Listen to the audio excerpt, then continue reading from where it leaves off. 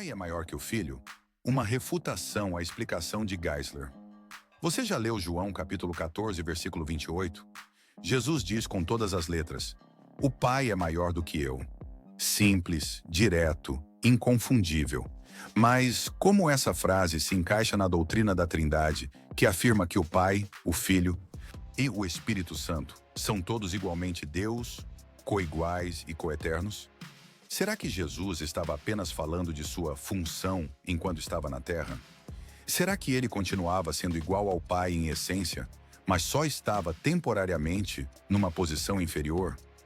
Bom, um dos nomes mais respeitados do meio evangélico, Norman Geisler, tentou responder essa dúvida numa de suas obras mais conhecidas, Enciclopédia Manual Popular de Dúvidas, Enigmas e Contradições da Bíblia.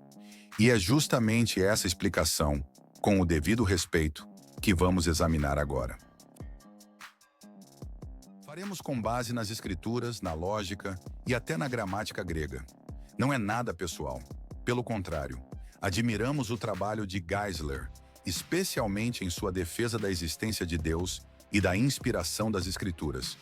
Mas no campo da doutrina trinitária, temos algumas observações a fazer. O argumento de Norman Geisler. Na página 448 da sua enciclopédia, Geisler escreve: o pai é maior que o filho por ofício, mas não por natureza, já que ambos são Deus. Tal como um pai terreno que possui a mesma humanidade que o seu filho, mas exerce uma função superior. Assim também o pai e o filho na Trindade são iguais em essência, mas diferentes em função. À primeira vista, parece fazer sentido, certo? Jesus seria igual ao pai em natureza, mas temporariamente inferior em função, como um filho que obedece ao pai, mesmo tendo a mesma humanidade. Mas será que essa analogia realmente funciona? Ou será que ela cria mais problemas do que resolve? Parte 2. Essa ilustração é triteísta, não trinitária.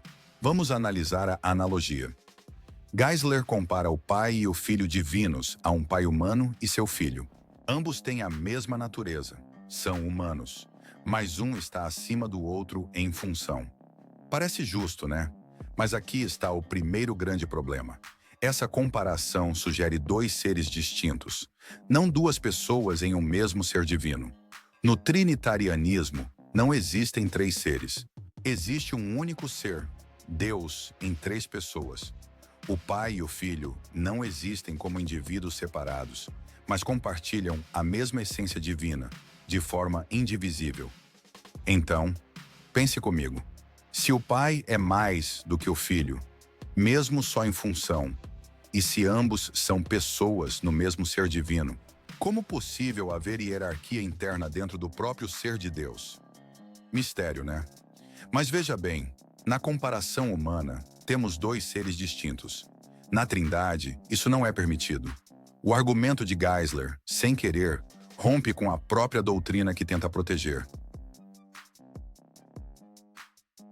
Parte 3. Jesus não disse está, ele disse é. Vamos olhar novamente para João 14, 28. O Pai é maior do que eu. No grego original temos o patir mison mu estin. A palavra estin é o presente do indicativo do verbo imi, que significa ser e não estar. Jesus não diz que o Pai está maior que ele por enquanto, ou que temporariamente ocupa um cargo mais elevado. Ele afirma que o Pai é maior, no presente, como realidade contínua e absoluta. E sejamos honestos, se Jesus quisesse dizer que o Pai estava maior apenas por um tempo, ele teria dito. Mas o problema para o trinitarianismo está justamente nessa afirmação definitiva. O Pai é maior do que eu. Isso é conclusivo. Parte 4. A ordem implica origem. E aqui entra outro ponto crítico. A própria analogia de Geisler revela algo que ele tenta esconder. Em qualquer relação pai-filho, o pai vem antes, gera o filho, detém autoridade e é a origem da família. Mesmo que tenham a mesma natureza, há uma clara relação de precedência. No caso da Trindade, isso implica que o pai é a fonte, o início, e o filho é derivado, gerado, submisso. Mas isso mina a noção de coigualdade e coeternidade. Se o filho procede do pai, então o pai é sim maior, não apenas em função, mas em papel fundamental e primário. Parte 5. A Bíblia não confirma a igualdade. Na tentativa de justificar a igualdade entre Jesus e o Pai, Geisler cita versículos como João capítulo 1, versículo 1. O Verbo era Deus. João 8,58. Antes que Abraão existisse, eu sou. Eu e o Pai somos um. Mas em nenhum desses textos, Jesus declara ser igual em essência ao Pai. E em muitos outros, ele claramente se coloca em posição inferior. João 5,19. O Filho nada pode fazer de si mesmo. João 20,17. Subo para meu Pai e vosso Pai, meu Deus e vosso Deus. João 17,3. Pai, o único Deus verdadeiro. 1 aos Coríntios 11,3. A cabeça de Cristo é Deus. Também o capítulo 15, 28. O próprio Filho se sujeitará àquele que lhe sujeitou todas as coisas. Como pode alguém coigual ser submisso, enviado, capacitado, ressuscitado e glorificado por outro? Ou aceitamos que o Pai é realmente maior, ou criamos diversos malabarismos doutrinários. Parte 6. Diferença funcional eterna. É diferença essencial. Geisler tenta escapar dizendo que essa diferença é só funcional, não de essência. Mas aqui vem a pergunta. Se o Filho sempre obedece, nunca comanda, sempre é enviado e nunca envia, isso é só função ou revela posição inferior? Você chamaria alguém que está eternamente abaixo de outro de igual? Se o Pai sempre tem autoridade sobre o Filho, então o Filho nunca está em pé de igualdade. Isso não é só questão de cargo, é uma diferença de essência funcionalizada. A palavra maior, meison no grego. Alguns apologistas trinitários tentam suavizar João 14:28 dizendo: Jesus usou meison, maior, e não kreiton, superior em qualidade.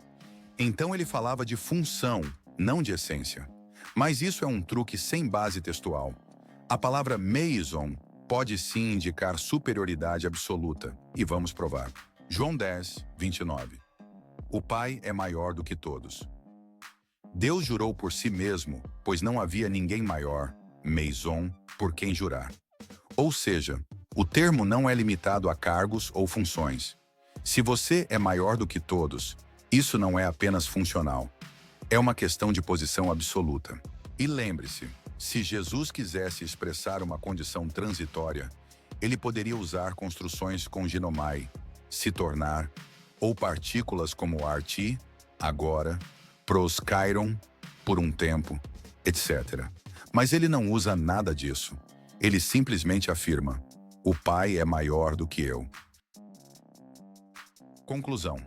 Norman Geisler foi um grande apologista. Sua defesa da inspiração bíblica e da existência de Deus ajudou milhares de pessoas. Mas no caso de João 14:28, sua resposta tenta salvar a Trindade com uma explicação que contradiz a doutrina trinitária clássica, cria mais problemas do que resolve, e desconsidera o texto bíblico e o grego original. A verdade é simples. Jesus nunca ensinou que era igual ao Pai. Pelo contrário, declarou de forma explícita: o Pai é maior do que eu. E se Jesus disse isso, por que não simplesmente acreditar nele? Deixe sua opinião respeitosa nos comentários. Se você é trinitário, como você explica essa passagem? Mas muita atenção para não repetir argumentos já refutados. Se você gostou desse vídeo, não se esqueça de deixar o like e de inscrever-se no canal para não perder os próximos conteúdos. Abaixo do título do vídeo aqui no YouTube, a descrição do vídeo. Lá você vai achar um link que o direcionará para o artigo acadêmico escrito dessa refutação para você ler e se aprofundar mais. Estude com honestidade. Grupo Historiador TJ.